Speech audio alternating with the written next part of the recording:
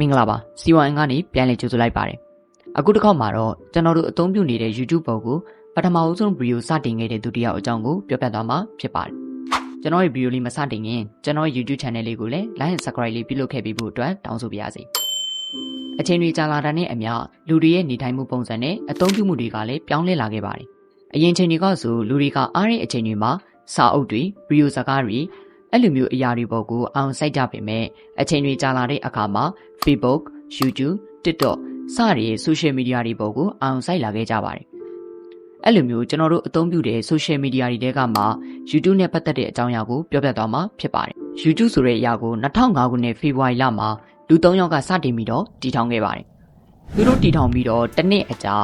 2006ခုနှစ်နိုဝင်ဘာလမှာ YouTube platform တစ်ခုလုံးကို American dollar 1.65 billion ပေးပြီးတော့ Google ကဝယ်ယူခဲ့ပါတယ်။အဲ့ချိန်ကစပြီးတော့ YouTube ဆိုတဲ့အရာက Google ရဲ့လက်အောက်ခံကုမ္ပဏီတစ်ခုအနေနဲ့အခုချိန်ကြီးဆက်လက်တည်ရှိနေစေဖြစ်ပါတယ်။ဒါဆိုရင်ကျွန်တော်အခုပြောပြခဲ့တဲ့ YouTube ပေါ်ကိုပထမဆုံးဗီဒီယိုစတင်ခဲ့တဲ့သူကဘယ်သူဖြစ်မလဲ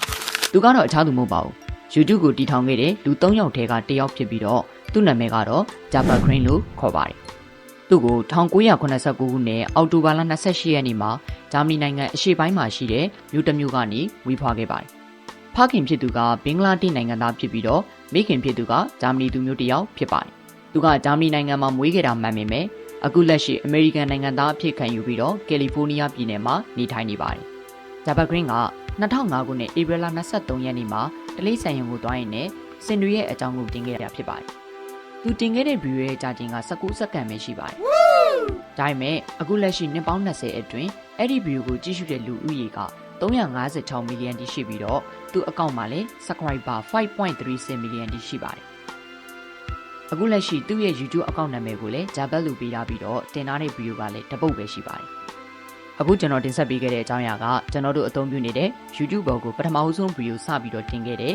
Jabber Green ရဲ့အကြောင်းအရာကိုတင်ဆက်ပေးခဲ့တာဖြစ်ပါတယ်။နောက်လည်းအခုလိုဘူးသူရရတဲ့ဗီဒီယိုတွေကိုတင်ဆက်ပေးမှာဖြစ်တဲ့အတွက်ကြောင့်ကျွန်တော် YouTube Channel လေးကို Like and Subscribe လေးပြုလုပ်ပေးဖို့အတွက်တောင်းဆိုပါရစေ။